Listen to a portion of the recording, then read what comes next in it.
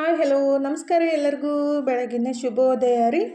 ಎಲ್ಲರೂ ಹೆಂಗದಿರಿ, ಆರಾಮದಿರೇನು? ನಾವು ಆರಾಮದೀವಿ ನೋಡ್ರಿ. ನೀವು ಎಲ್ಲರೂ ಆರಾಮದ್ರಿ ಅಂತ ಅಂದ್ಕೊಂಡು ಇವತ್ತಿನ ಲಾಗ್ನ ಸ್ಟಾರ್ಟ್ ಮಾಡೋಣ ಬರ್ರಿ. ಇದು 2 ದಿವಸದಿಂದ ಲಾಗ್ ಆಗಿರುತ್ತೆ ನೋಡ್ರಿ. ಅಂದ್ರೆ ರವಿವಾರ ಮತ್ತು ಸೋಮವಾರದ ದಿನನ ಹೆಂಗಿತ್ತಂತೇಳಿ ನಿಮ್ಮ ಸಂಗಟ ಶೇರ್ ಮಾಡ್ತೀನಿ ರೀ ಸಿಂಪಲ್ಲಾಗಿ. ಮತ್ತು ಲಾಗ್ ಇಷ್ಟ ಹಾಕತ್ತಿದ್ರೆ ಲೈಕ್ ಮಾಡಿ, ಶೇರ್ ಮಾಡಿ, ಸಬ್ಸ್ಕ್ರೈಬ್ ಮಾಡ್ಕೊಂಡು ಸಪೋರ್ಟ್ ಮಾಡಿರಿ. ಇದು ರವಿವಾರ ಬೆಳಗ್ಗೆ ನೋಡ್ರಿ, ಎದ್ದು ಎಲ್ಲ ಕೆಲಸ ಮುಗಿಸಿ ಜಳಕ ಮಾಡಿದ್ದೇವೆ, ಕೈ ಮುಗಿದು ಗ್ಯಾಸ್ ಸ್ಟವ್ ಎಲ್ಲ ಒರೆಸಿಟ್ಟು ಹೋಗಿದ್ದೀರಿ. ಆದರೆ ಅರಿಶಿನ ಕುಂಕುಮ ಹಚ್ಚಿತ್ತಿಲ್ಲ, ಹಾಗಾಗಿ ಅರಿಶಿನ ಕುಂಕುಮ ಹಚ್ಚಿ ನಮಸ್ಕಾರ ಮಾಡಿಕೊಂಡು ಇನ್ನಿದ್ರೆ ನಾಷ್ಟಕ್ಕೆ ರೆಡಿ ಮಾಡಬೇಕ್ರಿ. ಇವತ್ತು ನಾಷ್ಟಕ್ಕಿದ್ರೆ ದೋಸೆ, ಬಟಾಟಿ ಪಲ್ಯ ಮತ್ತು ಚಟ್ನಿ ಮಾಡೋಣಂತ ರೆಡಿ ಮಾಡ್ಕೊಳಕ್ಕಂತೀನಿ ನೋಡ್ರಿ. ನಿನ್ನೆ ರಾತ್ರಿನೇ ಹಿಟ್ಟು ರುಬ್ಬಿಟ್ಟಿದ್ದು, ಈಗಿದ್ರೆ ಪಲ್ಯ ಬೇಕಲ್ರಿ. ನನ್ನ ಮಗಳಿಗೆ ದೋಸೆ ಸಂಗಟ ಪಲ್ಯ ಇರ್ಲಿಕ್ಕಂದ್ರೆ ನಡೆಯಂಗೆ ಇಲ್ಲ ರೀ. ಹಾಗಾಗಿ ಬಟಾಟಿ ಕುದಿಸಾಕಿಟ್ರೈತಂತ ಬಟಾಟಿನ ತೊಳೆದು ಕಟ್ ಮಾಡಿ ಸ್ವಲ್ಪ ಉಪ್ಪು ಹಾಕಿ ಕುದಿಸ್ಬೇಕ್ರಿ. ಕುಕ್ಕರ್ ಒಳಗಾದ್ರೂ ಕುದಿಸ್ಬೋದು, ಮತ್ತು ಈ ಥರ ಬೊಗಣಿ ಒಳಗೆ ಕುದಿಸ್ಬಿಟ್ರೂ ಜಲ್ದಿ ಕುದೀತಾವ್ರಿ. ಜಾಸ್ತಿ ಏನು ಟೈಮ್ ಬೇಕಾಗಲ್ಲ, ಒಂದು 10 ನಿಮಿಷ ಒಳಗಡೆ. ಕುಕ್ಕರ್ ಆದಾಗಾದರೆ ಒಂದು 4-5 ನಿಮಿಷನಾಗ ಕುದೀತಾವ್ರಿ. ಆದರೆ ಕುಕ್ಕರ್ ಒಳಗೆ ನಾನು ದೋಸೆ ಹಿಟ್ಟು ಹಾಕಿಟ್ಟಿದ್ದೆ, ಹಾಗಾಗಿ ಬೊಗಣಿ ಒಳಗನೆ ಕುದಿಸಾಕಿಟ್ಟಿನಿ ರೀ. ಎಷ್ಟು ಮಸ್ತ್ ಉಬ್ಬಿ ಬಂದೈತೆ ನೋಡ್ರಿ. ನಾನು ದೋಸೆ ಹಿಟ್ಟು ರೆಡಿ ಮಾಡೋಕ್ಕೇನಿತ್ತಲ್ಲ, 1 kg ಅಕ್ಕಿಗೆ 1/4 kg ಉದ್ದಿನ ಬೇಳೆ ಮತ್ತು 100 ಗ್ರಾಮ್ ಅವಲಕ್ಕಿ ಅಥವಾ ಒಂದು ಸ್ವಲ್ಪ ಅನ್ನ ಹಾಕಿದ್ರೂ ನಡೆಯುತ್ತೆ ರೀ. ಮತ್ತು 1-2 ಚಮಚದಷ್ಟು ಮೆಂತ್ಯನ ಹಾಕಿರ್ತೀನಿ. ನಾವು ಹಿಟ್ಟು ಮಾಡಿಸಿನೂ ಇಟ್ಕೋಬೋದು ರೀ. ರಾತ್ರಿ ಹಿಟ್ಟನ್ನು ಕಲಸಿಟ್ಟು ಬೆಳಗ್ಗೆ ದೋಸೆನೂ ಮಾಡ್ಬೋದು. ನೋಡೋಣ ರೀ, ನೆಕ್ಸ್ಟ್ ಬರೋ ದಿನದೊಳಗೆ ಅದನ್ನೂ ಟ್ರೈ ಮಾಡೋಣ. ಅಂದರೆ ಉದ್ದಿನ ಬೇಳೆ ಮತ್ತು ಅಕ್ಕಿ, ಮೆಂತ್ಯ, ಅವಲಕ್ಕಿನ ಸೇರಿಸ್ಬಿಟ್ಟು ಹಿಟ್ಟು ಮಾಡಿಸಿ ಇಟ್ಕೊಂಡ್ಬಿಟ್ರೆ ಬೇಕಂದಾಗ ಏನೈತಲ್ರಿ, ರಾತ್ರಿ ಕಲಸಿಟ್ಟು ಬೆಳಗ್ಗೆ ದೋಸೆ ಮಾಡ್ಬೋದು. ಅಂದರೆ ಕೆಲ್ಸಕ್ಕೆ ಹೋಗೋರಿಗೆ ನೆನಪಾಗಂಗಿಲ್ಲಲ್ರಿ, ಬೆಳಗ್ಗೆ ನೆನೆಸ್ಬೇಕು ಮತ್ತು ಬಂದು ರುಬ್ಬಬೇಕು ಮತ್ತು ಬೆಳಗ್ಗೆ ದೋಸೆ ಮಾಡಬೇಕು. ದೋಸೆ ಮಾಡೋದಂತೂ ಈಜಿ ರೀ, ಆದರೆ ನೆನೆಸಿ ರುಬ್ಬೋದು ನೆನಪಾಗಂಗಿಲ್ಲಲ್ರಿ. ಹಾಗಾಗಿ ಆ ಥರ ಹಿಟ್ಟು ಮಾಡಿಸ್ಬೋದು ಅಂತ ಅಂದ್ಕೊಂಡಿದ್ದೀನಿ. ನೆಕ್ಸ್ಟ್ ಬರೋ ದಿನದೊಳಗೆ ಅದನ್ನೂ ಟ್ರೈ ಮಾಡನ್ರಿ. ಅಂದರೆ ನನಗೂ ಒಂದೊಂದ್ಸಲ ಬೇಸರ ಆಗಿಬಿಟ್ಟಿರ್ತೈತಿ, ನೆನೆಸೋದಾಗಲಿ ರುಬ್ಬೋದಾಗಲಿ. ಬೇಕಂದಾಗ ಏನೈತಿಲ್ಲ, ರಾತ್ರಿ ಹಿಟ್ಟು ಕಲಸಿಟ್ಟು ಬೆಳಗ್ಗೆ ದೋಸೆ ಮಾಡ್ಬೋದು ರೀ. ನೆನೆಸೋದು ರುಬ್ಬೋದು ಟೆನ್ಷನ್ ಇರೋಂಗಿಲ್ಲ. ನೋಡೋಣ ರೀ, ಟ್ರೈ ಮಾಡೋಣ ಅದನ್ನು. ಈಗಿದ್ರೆ ಮಸ್ತಾಗಿ ಕ್ರಿಸ್ಪಿಯಾಗಿ ದೋಸೆ ಎಷ್ಟು ಮಸ್ತ್ ಬರಾಕಂತ ನೋಡ್ರಿ. ಅಂದರೆ ಅಕ್ಕಿ, ಉದ್ದಿನ ಬೇಳೆ ಮತ್ತು ಮೆಂತ್ಯ, ಅವಲಕ್ಕಿನ ಹಾಕಿ ರುಬ್ಬಿಟ್ರಾಯ್ತು, ಮಸ್ತಾಗೆ ಬರ್ತಾವೆ ನೋಡ್ರಿ. ನಮ್ಮ ತನಗಂತೂ ಶೇಂಗಾ ಹಿಂಡಿ, ಬಟಾಟಿ ಪಲ್ಯ ದೋಸೆ ಸಂಗಟಿದ್ರೆ ಸಖತ್ ಇಷ್ಟಪಡ್ತಾರೆ. ಎಲ್ಲರಿಗೂ ನಾಷ್ಟಕ್ಕೆ ಹಾಕಿಕೊಟ್ಟು ನಾನು ನಾಷ್ಟ ಮಾಡಿಬಿಟ್ಟು, ಇವತ್ತು ರವಿವಾರ ಅಲ್ರಿ, ಹಾಗಾಗಿ ಹೋಗಿ ಕಾಯಿಪಲ್ಯನೂ ತಂದ್ರೆ ಆಯಿತು. ಸ್ವಲ್ಪ ಖಾರಕ್ಕೆ ಮಸಾಲ ಮತ್ತು ಇನ್ನೂ ಸ್ವಲ್ಪ ಮೆಣಸಿನ್ಕಾಯಿ ಬೇಕಾಗಿದ್ದು ರೀ ಶೇಂಗಾದ ಹಿಂಡಿ ಅದು ಮಾಡೋಕೆ. ಮೊನ್ನೆ ಒಂದು 7 kg ತಂದಿದ್ದೆ, ಆದರೆ ಅದು ಎಲ್ಲ ಸೋಸಿದ ಮೇಲೆ ಕಮ್ಮಿನೇ ಆಗ್ಬಿಟ್ಟವ್ರೆ. ಅಂದರೆ 1.5 kg ಅಷ್ಟು ಕಮ್ಮಿ ಆಗ್ಬಿಟ್ಟವು. ಅದಕ್ಕಾಗಿ ಮತ್ತಷ್ಟು 1-2 kg ಮೆಣಸಿನ್ಕಾಯಿ ತೊಗೊಂಡು ಮತ್ತು ಕಾಯಿಪಲ್ಯ ತೊಗೊಂಡು ಮಸಾಲ ಎಲ್ಲ ತೊಗೊಂಡ್ಬಿಟ್ಟು ಬಂದೆ ನೋಡ್ರಿ. ಮಸಾಲಕ್ಕಂತೂ ಸಿಕ್ಕಾಪಟ್ಟೆ ಅಮೌಂಟ್ ಖರ್ಚಾಗುತ್ತೆ. ಅಂದರೆ ಎಲ್ಲ ಕಾಸ್ಟ್ಲಿ ಆಗ್ಬಿಟ್ಟೈತ್ರಿ. ಅವಾಗೆಲ್ಲ ಇನ್ನೂ ಕಮ್ಮಿ ರೇಟ್ ಒಳಗೆ ಸಿಕ್ತಿತ್ತು. ಇವಾಗಂತೂ ಜೀರಿಗೆ ಆಗಲಿ, ಧನಿಯಾ ಆಗಲಿ ಎಲ್ಲದರ ರೇಟ್ ಡಬಲ್ ಆಗ್ಬಿಟ್ಟೈತೆ ನೋಡ್ರಿ. ಕಾಯಿಪಲ್ಯ ತೊಗೊಳಂದಾಗ ನೀಲ್ಕಾಯಿನೂ ಇದ್ದು ರೀ, ಭಾಳ ಮಸ್ತ್ ಬಂದಿದ್ದು. ಯಾಕಂದರೆ ಈಗ ಸೀಸನ್ ಅಲ್ರಿ, ಹಾಗಾಗಿ ಜಾಸ್ತಿ ಬಂದಿರ್ತಾವೆ ನೀಲ್ಕಾಯಿ. ಇವಾಗಂತೂ ರೀ ಎಲ್ಲಿ ನೋಡ್ತಿರಲ್ಲ ನೀಲ್ಕಾಯಿದ ಹಬ್ಬ ನೋಡ್ರಿ. ಭಾಳ ಮಸ್ತ್ ಇರ್ತಾವೆ. ಯಾವತ್ತು ತೊಗೋಬೇಕು ಯಾವತ್ತು ಬಿಡ್ಬೇಕಂತಲೇ ಗೊತ್ತಾಗಂಗಿಲ್ಲ. ತಂದು ಸ್ವಚ್ಛಗೆ ತೊಳೆದು ಸ್ವಲ್ಪ ಕಟ್ ಮಾಡಿಬಿಟ್ಟು ಉಪ್ಪು ಹಾಕಿ ಚಲೋ ಹೊತ್ನಾಗೆ ಮಿಕ್ಸ್ ಮಾಡಿ ತಿಂದ್ರಂತೂ ಸಖತ್ತಾಗಿರ್ತಾವೆ ನೋಡ್ರಿ. ಒಂದು ಇದ್ರೆ ತೊಳೆದು ಕಟ್ ಮಾಡಿ ಉಪ್ಪು ಹಾಕಿ ಕೊಟ್ಟಿದ್ದು, ನಾನು ಸ್ವಲ್ಪ ತಿಂದ್ಬಿಟ್ಟು ಕಾಯಿಪಲ್ಯ ತೆಗ್ಯಾಕಂತೀನಿ ನೋಡ್ರಿ. ಇನ್ನು ಕಾಯಿಪಲ್ಯ ಎಲ್ಲ ತೆಗೆದು ಸೋಸಿ ತೊಳೆದು ಅಡುಗೆ ಮಾಡಿ ಊಟ ಮಾಡಬೇಕು. ಕೆಲಸ ಇದ್ದಾಗಂತೂ ಟೈಮ್ ಹೆಂಗೆ ಹೋಗುತ್ತೆ ಗೊತ್ತಾಗಂಗಿಲ್ಲ ರೀ. ಎಷ್ಟು ದಿವಸ ಆದಮೇಲೆ ನಿಂಬೆಹಣ್ಣು ಮಸ್ತಾಗೆ ಸಿಕ್ಕಾವು ನೋಡ್ರಿ. ಅಂದರೆ ಇಷ್ಟು ದಿವಸ ಏನಂತಲೇ ಇಷ್ಟಿಷ್ಟು ಸಣ್ಣ ಅದ್ರೊಳಗೆ ಸರಿಯಾಗಿ ರಸನ ಇದ್ದಿತ್ತಿಲ್ಲ, ತರಕ್ಕೆ ಮನಸ್ಸೇ ಆಗ್ತಿತ್ತಿಲ್ಲ ರೀ. ಆದರೆ ಇವಾಗ ಮಾತ್ರ ಮಸ್ತಾಗೆ ಸಿಕ್ಕು. ಅಂದರೆ ಕೆಲವೊಂದು ಕಡೆ ಭಾಳ ಸಣ್ಣ ಇದ್ದು ರೀ, ಕೆಲವೊಂದು ಕಡೆ ಈ ಥರ ದಪ್ಪಗೆ ಯೆಲ್ಲೋ ಕಲರ್ ಇದ್ಬಿಟ್ರೆ ರಸನೂ ಜಾಸ್ತಿ ಇರ್ತಾವೆ ರೀ ಮತ್ತು ಟೇಸ್ಟ್ನೂ ಚಲೋ ಇರುತ್ತೆ. ಆದರೆ ಹಸಿರು ಕಲರ್ ಮತ್ತು ಸಣ್ಣದಾಗಿ ಸರಿಯಾಗಿ ರಸ ಇರ್ಲಿಕ್ಕಂದ್ರೆ ಸ್ವಲ್ಪ ಅದು ರಸ ಅಂದರೆ ಕಹಿ ಬರುತ್ತೆ ರೀ. ಹಾಗಾಗಿ ಈ ಥರ ಯೆಲ್ಲೋ ಕಲರ್ ಇದ್ರೇ ಟೇಸ್ಟ್ ಇರ್ತಾವೆ. ಮತ್ತು ಉಪ್ಪಿನಕಾಯಿ ಹಾಕಬೇಕಾದ್ರೂ ಅಷ್ಟೇ ರೀ, ನಿಂಬೆಹಣ್ಣು ಯಾವಾಗಲೂ ಸ್ವಲ್ಪ ಯೆಲ್ಲೋ ಕಲರ್ ಫ್ರೆಶ್ ಆಗಿದ್ದಿದ್ದು ನಿಂಬೆಹಣ್ಣಿಂದ ಉಪ್ಪಿನಕಾಯಿ ಹಾಕ್ಬಿಟ್ರೆ ಟೇಸ್ಟ್ ಚಲೋ ಇರ್ತೈತಿ. ಇಲ್ಲಾಂದ್ರೆ ನಾವು ಸಣ್ಣದಾಗಿ ಮತ್ತು ಮ್ಯಾಲೆ ಹಸಿರು ಕಲರ್ ಎಲ್ಲ ಇದ್ಬಿಟ್ರೆ ಆ ಥರ ಉಪ್ಪಿನಕಾಯಿ ಟೇಸ್ಟ್ ಬರೋಂಗಿಲ್ಲ, ಕಹಿ ಬಂದುಬಿಡುತ್ತೆ. ಹಂಗಾಗಿ ನೆಕ್ಸ್ಟ್ ಇನ್ನು 1.5-2 ತಿಂಗಳು ಬೇಕು ರೀ. ಅವಾಗ ನಿಂಬೆಹಣ್ಣು ಮಸ್ತ್ ಸಿಗ್ತಾವೆ. ಅವಾಗ ಉಪ್ಪಿನಕಾಯಿ ಹಾಕಬೇಕು. ಉಪ್ಪಿನಕಾಯಿ ಮಾತ್ರ ಸಖತ್ತಾಗಿ ಬರ್ತಾವೆ. ನಮ್ಮ ಮನೆಯೊಳಗೂ ಖಾಲಿ ಆಗ್ಯಾವ್ರಿ. ಯಾಕಂದ್ರೆ ಹೋದ ವರ್ಷ ಹಾಕಿದ್ದಿಲ್ಲ ನಾನು. ಅಂದರೆ ಅಚ್ಚಿ ವರ್ಷದ ಇದ್ದು ಅಂತೇಳಿ ಹೋದ ವರ್ಷ ಹಾಕಿದ್ದಿಲ್ಲ, ಆದರೆ ಈ ವರ್ಷ ಖಾಲಿ ಆಗ್ಬಿಟ್ಟವು. ಮನ್ಯಾಗ ಏನೈತಲ್ರಿ, ನಿಂಬೆಹಣ್ಣು ಏನೈತಲ್ಲ ಪೇಸ್ಟ್ ಮಾಡಿಬಿಟ್ಟು ಉಪ್ಪಿನಕಾಯಿ ಹಾಕ್ತೀನಿ ನಾನು. ಅಂದರೆ ಸ್ವೀಟ್ ಉಪ್ಪಿನಕಾಯಿ ರೀ, ಅದನ್ನ ಜಾಸ್ತಿ ಇಷ್ಟಪಡ್ತಾರೆ ನಮ್ಮ ಮನ್ಯಾಗ. ನನ್ನ ಮಕ್ಕಳಾಗಲಿ ನಮ್ಮ ಮನೆಯವರಾಗಲಿ ರೀ.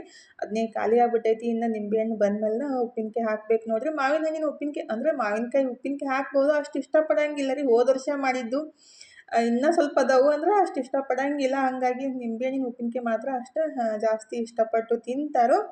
ಈಗಿದ್ರೆ ನಾನು ಮಧ್ಯಾಹ್ನ ಅಡುಗೆ ಸ್ಟಾರ್ಟ್ ಮಾಡಿದ್ದೀನಿ ನೋಡಿರಿ. ಮಾವಿನ ಹಣ್ಣಿನ ಸೀಕರ್ಣಿ ಮತ್ತು ಚಪಾತಿ ಇವಾಗಂತೂ ಸೀಸನ್ ಐತಲ್ರಿ, ಹಾಗಾಗಿ ನನಗೆ ಮತ್ತು ನಮ್ಮ ಮನೆಯವ್ರಿಗೆ ಇಷ್ಟ ಆಗುತ್ತೆ. ಆದರೆ ನನ್ನ ಮಕ್ಕಳಿಗೆ ಮಾತ್ರ ಜಾಸ್ತಿ ಇಷ್ಟ ಆಗಂಗಿಲ್ಲ ರೀ, ಸ್ವಲ್ಪ ತಿಂತಾರೋ ಸೀಕರ್ಣಿ ಚಪಾತಿ.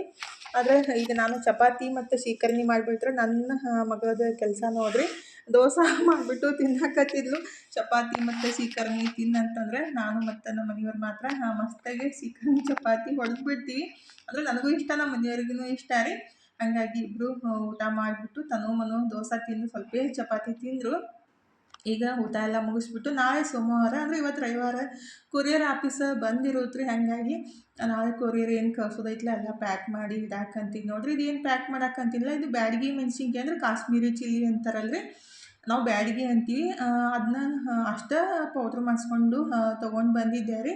ಅಂದರೆ ಒಬ್ರಿಗೆ ಕಳಿಸ್ಬೇಕಾಗಿತ್ತು, ಹಾಗಾಗಿ ಪ್ಯಾಕ್ ಮಾಡಿ ಇಡಾಕಂತೀನಿ ರೀ. ಕಲರ್ ಇರುತ್ತೆ ಆದರೆ ಖಾರ ಕಮ್ಮಿ ಇರುತ್ತೆ ರೀ, ಅಂದರೆ ಪೂರ್ತಿ ಸಪ್ಪಗಿರಲ್ಲ, ಸ್ವಲ್ಪ ಲೈಟಾಗಿ ಅಷ್ಟೇ ಖಾರ ಇರುತ್ತೆ ಮತ್ತು ಟೇಸ್ಟೂ ಇರುತ್ತೆ ರೀ. ನಾವು ಯಾವುದಾದ್ರೂ ಅಡುಗೆಗೆ ಹಾಕಿದಾಗ ಕಲರ್ಫುಲ್ಲಾಗಿ ಚಲೋತ್ನೇ ಕಾಣುತ್ತೆ ಮತ್ತು ಟೇಸ್ಟೂ ಇರುತ್ತೆ ರೀ. ಅಂದರೆ ನಾವು ಮಸಾಲೆ ಖಾರ ಒಳಗೂ ಕೂಡಿಸಿರ್ತೀನಿ, ಆದರೆ ಇದು 2-3 ರೀತಿ ಮಸಾಲೆ ಖಾರ ಒಳಗೆ ಮೆಣಸಿನ್ಕಾಯಿನ ಮಿಕ್ಸ್ ಮಾಡಿಬಿಟ್ಟು, ಅಂದರೆ ಬ್ಯಾಡಗಿ, ಪಾತ್ಲಿ ಮತ್ತು ಜವಾರಿ ಮೆಣಸಿನ್ಕಾಯಿ ಅಂತ 3 ರೀತಿ ಮೆಣಸಿನ್ಕಾಯಿ ಕೂಡಿಸ್ಬಿಟ್ಟು ನಾನು ಮಸಾಲೆ ಖಾರ ಮಾಡ್ತೀನಿ ರೀ. ಆದರೆ ಇದು ಬರೀ ಕಾಶ್ಮೀರಿ ರೆಡ್ ಚಿಲ್ಲಿ ಪೌಡ್ರ್ ಮಾಡಿಬಿಟ್ಟು ಪ್ಯಾಕ್ ಮಾಡಿಟ್ಟೆ, ನಾಳೆ ಕಳ್ಸಕ್ಕೆ ಬರುತ್ತೆ ಅಂತೇಳಿ. ಇದು ಸೋಮವಾರ ಸ್ಟಾರ್ಟ್ ಆಗೈತೆ ನೋಡಿರಿ. ಇವಾಗಿದ್ರೆ ನಾನು ಹಪ್ಪಳ ಮತ್ತು ಸಂಡ್ಗೆ ಮಾಡ್ಬೇಕಂತೇಳಿ ಸ್ಟಾರ್ಟ್ ಮಾಡಿದ್ದು. ಆರ್ಡ್ರ್ ಜಾಸ್ತಿ ಬಂದುಬಿಟ್ಟಾವ್ರಿ, ಮಾಡೋಕ್ಕಾಗತ್ತಿಲ್ಲ. ಸಂಡ್ಗಿದು ಮತ್ತು ಅಂದ್ರೆ 3 kg 4 kg ಆ ಥರ ಸಂಡ್ಗೆ ಎಲ್ಲ ಆರ್ಡ್ರ್ ಮಾಡ್ಯಾರು. ಹಪ್ಪಳನೂ ಅಷ್ಟೇ ರೀ, ಸ್ಟಾಕ್ 1 kg ಅಷ್ಟೇ ಐತಿ, ಇನ್ನು ಮಾಡಬೇಕಾಗೈತಿ. ಹಾಗಾಗಿ ಹಪ್ಪಳ ಮಾಡ್ಬೇಕಂತೇಳಿ ಪಾಲಕನ ಬೆನ್ಸಾಕಿಟ್ಟಿದ್ದೀನಿ. ಈ ಕಡೆ ಸಂಡ್ಗೆ ಮಾಡೋಕ್ಕೇನೈತಲ್ರಿ, ಇದು ಅಂತೂ ದೊಡ್ಡ ಕೆಲಸ ರೀ. ಯಾಕಂದರೆ ಇದು ಪೂರ್ತಿ ಬೊಗೋಣಿ ಹಿಟ್ಟು ಮಾಡಿಬಿಟ್ರೆ 2 kgದು ಅಷ್ಟೇ ಹಿಟ್ಟು ಮಾಡ್ಬೋದು. ಅಂದರೆ ಅದು ಜಾಸ್ತಿ ಕ್ವಾಂಟಿಟಿ ಒಳಗೆ ಅನ್ಸುತ್ತೆ ರೀ. ಅಂದರೆ ಇಷ್ಟು ನೀರೇ ಇರುತ್ತಲ್ಲ, ನೀರೆಲ್ಲ ಒಣಗಿಬಿಟ್ಟು ಆಮೇಲೆ ನಮಗೆ ಸಿಗೋದು ಸಂಡ್ಗೆ ಅಂದರೆ 2 kg ಅಷ್ಟೇ ರೀ.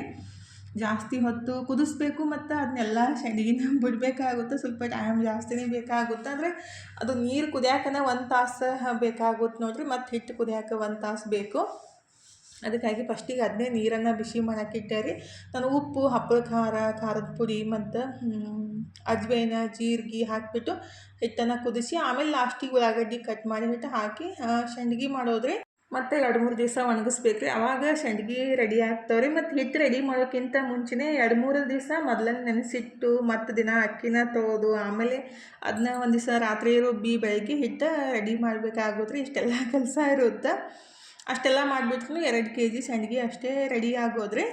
ಈಗಿದ್ರೆ ನಾನು ನಾಷ್ಟಕ್ಕಿದ್ರೆ ಪಡ್ಡು ಮತ್ತು ಚಟ್ನಿ ಅಷ್ಟೇ ಮಾಡಕ್ಕಂತೀನಿ ನೋಡಿರಿ. ಜಾಸ್ತಿ ಸಾಂಬಾರು ಮಾಡೋಕೆ ಮನಸ್ಸೇ ಇದ್ದಿತ್ತಿಲ್ಲ, ಹಾಗಾಗಿ ಬರೀ ಚಟ್ನಿ ಮತ್ತು ಪಡ್ಡು ಹಾಕಿಕೊಟ್ರೈತಂತ ಈ ಕಡೆ ಚಟ್ನಿನೂ ರೆಡಿ ಮಾಡಿಬಿಟ್ಟು ಮತ್ತು ಪಾಲಕ್ ಹಪ್ಪಳ ಮಾಡ್ಬೇಕಂತ ಪಾಲಕನೂ ಬೇಯಿಸಿ ಮಿಕ್ಸರ್ ಜಾರಿಗೆ ಹಾಕಿಬಿಟ್ಟು ಮೆಣಸಿನ್ಕಾಯಿ, ಕರಿಬೇವು, ಕೊತ್ತಂಬರಿ ಎಲ್ಲ ಹಾಕಿ ಇಟ್ಟಿದ್ದೀನಿ ರೀ. ರುಬ್ಬಿ ರೆಡಿ ಮಾಡಿ ಇಟ್ಕೋಬೇಕು. ಆಮೇಲೆ ನಾಷ್ಟಕ್ಕೆ ಮಾಡಿಕೊಟ್ಮೇಲೆ ಆಮೇಲೆ ಈ ಕಡೆ ಹಪ್ಪಳ ಹಿಟ್ಟು ರೆಡಿ ಮಾಡೋಕೆ ಬರುತ್ತೆ ರೀ. ಅಂದರೆ 2-3 ತಾಸು ಮೊದಲೇ ಮಾಡಬೇಕಾಗುತ್ತಲ್ಲ, ಹಾಗಾಗಿ ಬಿಸಿ ಇದ್ದಾಗ ಏನೂ ಮಾಡೋಕ್ಕಾಗಂಗಿಲ್ಲ ರೀ. ಹಾಗಾಗಿ ಲೇಟಾಗಿಯೇ ಮಾಡಬೇಕಾಗುತ್ತೆ. ಹಿಟ್ಟು ರೆಡಿ ಮಾಡಿ ಇಟ್ಬಿಟ್ಟು ಈ ಕಡೆ ನಾನು ಚಟ್ನಿನೂ ಮಾಡಿ ಇಟ್ಬಿಟ್ಟು ಪಡ್ಡು ಹಾಕಿ ಕೊಡಾಕಂತೀನಿ ನೋಡಿರಿ. ಪಡ್ಡು ಮಾತ್ರ ಸಕ್ಕತ್ತಾಗಿ ಬರ್ತಾವೆ. ಅಂದರೆ ನಿನ್ನೆ ಏನು ಹಿಟ್ಟು ರೆಡಿ ಮಾಡಿದ್ದೆ ಅಲ್ರಿ, ನಿನ್ನೆ ದೋಸೆ ಮಾಡಿದ್ದು, ಇವತ್ತು ಅದೇ ಹಿಟ್ಟಿನಿಂದ ಪಡ್ಡನ್ನ ರೆಡಿ ಮಾಡಾಕಂತೀನಿ ನೋಡಿರಿ. ಒಂದು ಸಲ ರುಬ್ಬಿ ಇಟ್ಬಿಟ್ರೆ ಒಂದು ದಿವಸ ದೋಸೆ, ಒಂದು ದಿವಸ ಉತ್ತಪ್ಪ ಅಥವಾ ಒಂದು ದಿವಸ ಪಡ್ಡನ್ನು ಮಾಡಿಬಿಟ್ರೆ 2 ದಿವಸ ನಾಷ್ಟದ್ದು ಟೆನ್ಷನ್ ಇರೋಂಗಿಲ್ಲ ನೋಡಿರಿ. ಹಾಗಾಗಿ ಅಕ್ಕಿ ಹಿಟ್ಟನ್ನು ಖಾಲಿ ಆಗೈತೆ ನೋಡಿರಿ. ಅಂದರೆ ಹಪ್ಪಳ ಹಿಟ್ಟು ಏನು ರೆಡಿ ಮಾಡಿಸಿದ್ದೆ ಅಲ್ರಿ, ಅದನ್ನು ಖಾಲಿ ಆಗೈತಿ. ಇನ್ನು ಹಪ್ಪಳ ಬೇಕಂದ್ರೆ ಮತ್ತು ಒಂದು 10-12 ದಿವಸ ಬೇಕು ರೀ. ಯಾಕಂದರೆ ಅಕ್ಕಿ ತಂದು ತೊಳೆದು ಅದನ್ನ 2-3 ದಿವಸ ಒಣಗಿಸಿನೇ ಹಿಟ್ಟು ಮಾಡಿಸ್ಕೊಂಬರ್ಬೇಕಾಗುತ್ತೆ. ಹಾಗಾಗಿ ಅದನ್ನು ಅಳ್ದ್ಬಿಟ್ಟು ಎತ್ತಿಟ್ಟಿದ್ದೀನಿ ರೀ. ಹಪ್ಪಳ ಹಿಟ್ಟು ರೆಡಿ ಮಾಡಬೇಕು, ಅಂದರೆ ಒಟ್ಟಿಗೆ 2 ಮಾಡಿಬಿಟ್ರೆ ಆಯ್ತಂತ ರೆಡಿ ಮಾಡ್ಕೊಳಕಂತೀನಿ ರೀ. ಈ ಕಡೆ ಹಾಗೆ ಪಡ್ಡನ್ನು ಹಾಕ್ಬಿಟ್ಟು ನಮ್ಮ ಮನೆಯವ್ರಿಗೆ ನಾಷ್ಟಕ್ಕೆ ಹಾಕಿ ಕೊಡಾಕಂತೀನಿ ನೋಡಿರಿ. ಅವರಿಗೆ ನಾಷ್ಟಕ್ಕೆ ಹಾಕಿಕೊಟ್ಟು ನಾನು ನಾಷ್ಟ ಮಾಡಿಬಿಟ್ಟು ಹಪ್ಪಳ ಹಿಟ್ಟು ಮತ್ತು ಸಂಡ್ಗೆ ಹಿಟ್ಟು ರೆಡಿ ಮಾಡಿ ಇಟ್ಟಿದ್ದೀನಿ ರೀ. ಮತ್ತು ಮೆಣಸಿನ್ಕಾಯಿ ತಂದಿದ್ದೆ ಅಲ್ರಿ, ರವಿವಾರ ದಿವಸ ತೊಳೆದು ಹಾಕಿದ್ದೆ, ಅದನ್ನು ತುಂಬ ತೆಗೆದು ಇಟ್ರೈತಂತ ಹೇಳಿ ತುಂಬ ತೆಗಿಯಕ್ಕೆ ಹೋದ್ರೆ ಅದ್ರೊಳಗೆ ಇಷ್ಟೊಕ್ಕನೆ ಹೊಲಸ ಹೊಂಟು ನೋಡಿರಿ. ಅಂದರೆ ನನಗೆ ಮೊದಲೇ ಅವು ಸರಿ ಇರ್ಲಿಕ್ಕಂದ್ರೆ ಯೂಸ್ ಮಾಡೋಕೆ ಇಷ್ಟ ಆಗಂಗಿಲ್ಲ ರೀ. ಆದರೆ ನಾನಿದ್ರೆ ಅವನ್ನೆಲ್ಲ ಹೊಟ್ಟೆ ಹರಿದು ನೋಡಿ ಸಾಕಾಯಿತು, ಕೈನೇ ನೋವು ಬಂದುಬಿಡ್ತು. ಅಂದರೆ ಮ್ಯಾಲೆಲ್ಲ ನೋಡೋಕೆ ಚಲೋ ಅದಾವ್ರಿ, ಆದರೆ ಒಳಗಡೆ ಕಪ್ಪಾಗ್ಬಿಟ್ಟಿದ್ದು ಬೀಜ. ಅಂದರೆ ನಾನು ತೊಗೊಳ ಮುಂದೆಲ್ಲ ಚಲೋ ಹಾಕಿದ್ರು, ಇವನು ಕೊಡುವಂಥ ಅಂದ ತಕ್ಷಣ ರೀ ತಮ್ಮ ಕಡೆದೇ ಒಮ್ಮೆ ಕವರಿಗೆ ಹಾಕಿ ಕೊಟ್ಟರು, ಎಲ್ಲ ಚಲೋನೇ ಅದಾವ್ರಿ ಅಂತ ಹೇಳಕತ್ರು. ನನಗೆ ಡೌಟ್ ಬಂತು, ಆದ್ರೂ ಇಲ್ಲ ರೀ ಚಲೋನೇ ಅದಾವು ಅಂಥೇಳಿ ಎಲ್ಲ ಒಂದೇ ಚೀಲ್ದಂಗೆ ಹಾಕಿವಿ ಅಂತಂದರು. ಮತ್ತೇನು ಮಾಡೋಕ್ಕಾಗಂಗಿಲ್ಲ, ಕಟ್ಟಿ ಕೊಟ್ಟಾರಂಥೇಳಿ ಸುಮ್ಮನೆ ತೊಗೊಂಡು ಬಂದೆ. ಆದರೆ ತಂದು ತೊಳೆದು ಹಾಕಿದಾಗೂ ಗೊತ್ತಾಗಿಲ್ಲ, ಆದರೆ ಸೋಸಮ್ದಾಗ ಮಾತ್ರ ಫುಲ್ ಒಂದು 3/4 kg ಅಷ್ಟು ಎಲ್ಲ ಕಸಾನೇ ಹೊಂಟು ನೋಡಿರಿ. ಏನೂ ಮಾಡೋಕ್ಕಾಗಂಗಿಲ್ಲ. ನನಗೆ ಮಾತ್ರ ಅವನ್ನೆಲ್ಲ ತೆಗೆದು ನೀಟಾಗಿರೋದು ಅಷ್ಟೇ ತೊಗೊಂಡು ಮತ್ತೆ ಬಿಸಿಲಿಗೆ ಹಾಕಬೇಕ್ರಿ.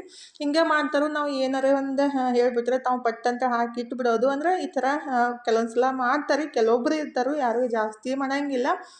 ಏನು ಮಾಡೋಕ್ಕಾಗಂಗಿಲ್ಲ ರೀ, ತಂದಿರ್ತೀವಲ್ಲ ಅದನ್ನ ವಾಪಸ್ ಕೊಡಾಕೂ ಬರೋಂಗಿಲ್ಲ. ಸ್ವಲ್ಪ ಬೇಜಾರಂತ ಅನ್ನಿಸ್ತು, ಮತ್ತು ಸೋಸಮ್ದಾಗೂ ಕೆಟ್ಟ ಬ್ಯಾಸ್ರ ಅಂತ ಅನಿಸುತ್ತೆ ರೀ. ನೀಟಾಗಿದ್ರೆ ಪಟ್ ಅಂತೇಳಿ ಸೋಸ್ಬಿಡ್ಬೋದು. ಅದೆಲ್ಲ ಚೆಕ್ ಮಾಡಿ ಸೋಸೋದೈತಲ್ಲ ಸ್ವಲ್ಪ ಕಷ್ಟ ಅಂತ ಅನಿಸುತ್ತೆ.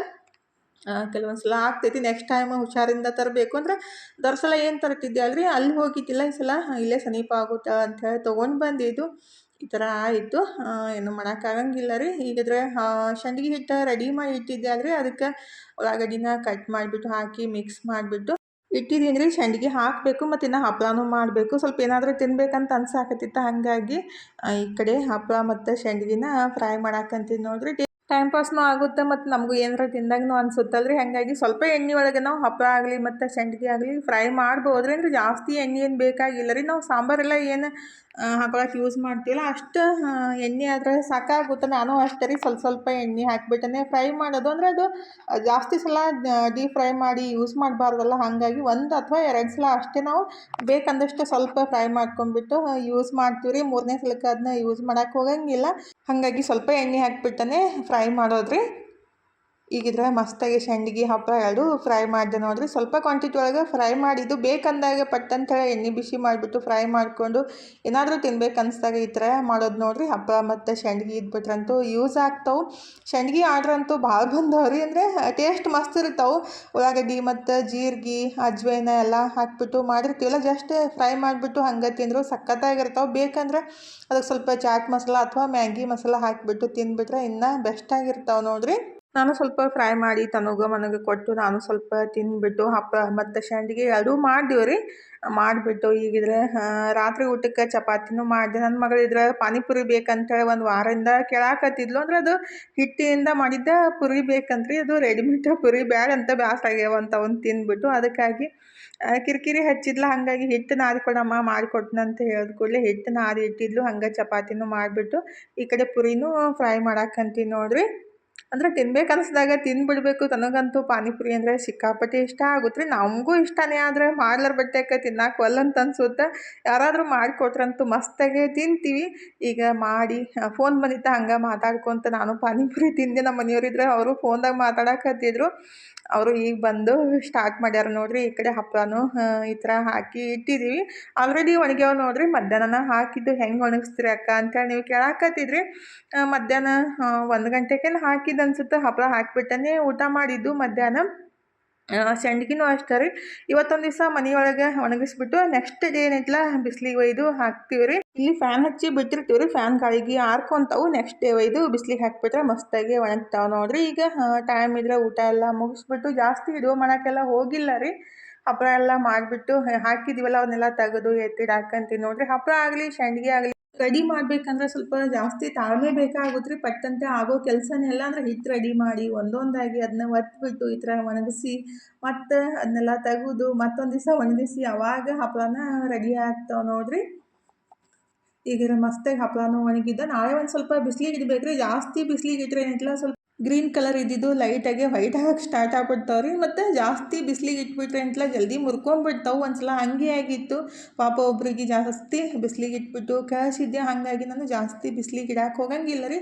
ನಿಮ್ಗೆ ಕಳ್ಸಿದ ತಕ್ಷಣ ನೀವು ಸ್ವಲ್ಪ ಬಿಸಿಲಿಗೆ 1 ತಾಸು ಅಥವಾ 2 ತಾಸು ಇಟ್ಬಿಟ್ಟು ಡಬ್ಬಿಗೆ ಹಾಕಿಟ್ರೆ ವರ್ಷಾನ್ಗಟ್ಲೆ ಯೂಸ್ ಮಾಡ್ಬೋದು ನೋಡಿರಿ.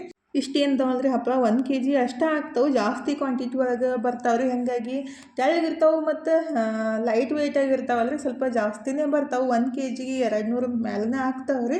ಅಂದರೆ ಸ್ವಲ್ಪ ದಿಪ್ಪು ಮಾಡಿಬಿಟ್ರೆ 200 ಆಗ್ತಾವೆ. ಸ್ವಲ್ಪ ಭಾಳ ತೆಳ್ಳಗೆ ಸಣ್ಣದಾಗಿ ಮಾಡಿಬಿಟ್ರೆ 200-300 ತನಕನೂ ಬರ್ತಾವೆ. ಹಂಗಾಗಿ ಸ್ವಲ್ಪ ತಾಳ್ಮೆಯಿಂದನೇ ಮಾಡ್ಬೇಕು ರೀ. ಪಟ್ಟಂತ ಆಗೋ ಕೆಲಸನೇ ಅಲ್ಲ. ಸ್ವಲ್ಪ ತಾಳ್ಮೆ ಇದ್ದರೆ ಈ ಥರ ಎಲ್ಲ ಕೆಲಸ ಮಾಡ್ಬೋದು. ಕೆಲವೊಂದು ಸಲ ನಮಗೂ ಬೇಸರ ಬಂದಾಗ ಸುಮ್ಮನೆ ಬಿಟ್ಬಿಟ್ಟಿರ್ತೀನಿ. ಆದರೆ ಮಾಡ್ಬೇಕಂತ ಮನಸ್ಸಿದ್ದಾಗ ಪಟ್ ಪಟ್ ಕೆಲಸನೂ ಮುಗಿಯುತ್ತೆ ರೀ ಮತ್ತು ನೀಟಾಗಿನೂ ಕೆಲಸ ಆಗುತ್ತಲ್ಲ. ಹಾಗಾಗಿ ಈಗ ಇದ್ರಾಗ ಫೈನಲಿ ಎಲ್ಲ ತೆಗೆದು ಎತ್ತಿ ಇಟ್ಬಿಟ್ರಾಯ್ತು ನೋಡಿರಿ. ಇವತ್ತಿನ ವ್ಲಾಗ್ನ ಇಲ್ಲೇ ಮುಗಿಸೋಣ ರೀ. ಥ್ಯಾಂಕ್ ಯು ಫಾರ್ ವಾಚಿಂಗ್ ರೀ. ಮತ್ತೆ ಹೊಸ ವ್ಲಾಗ್ ಜೊತೆಗೆ ಸಿಗ್ತೀವಿ ರೀ. ಬಾಯ್ ರೀ. Take care.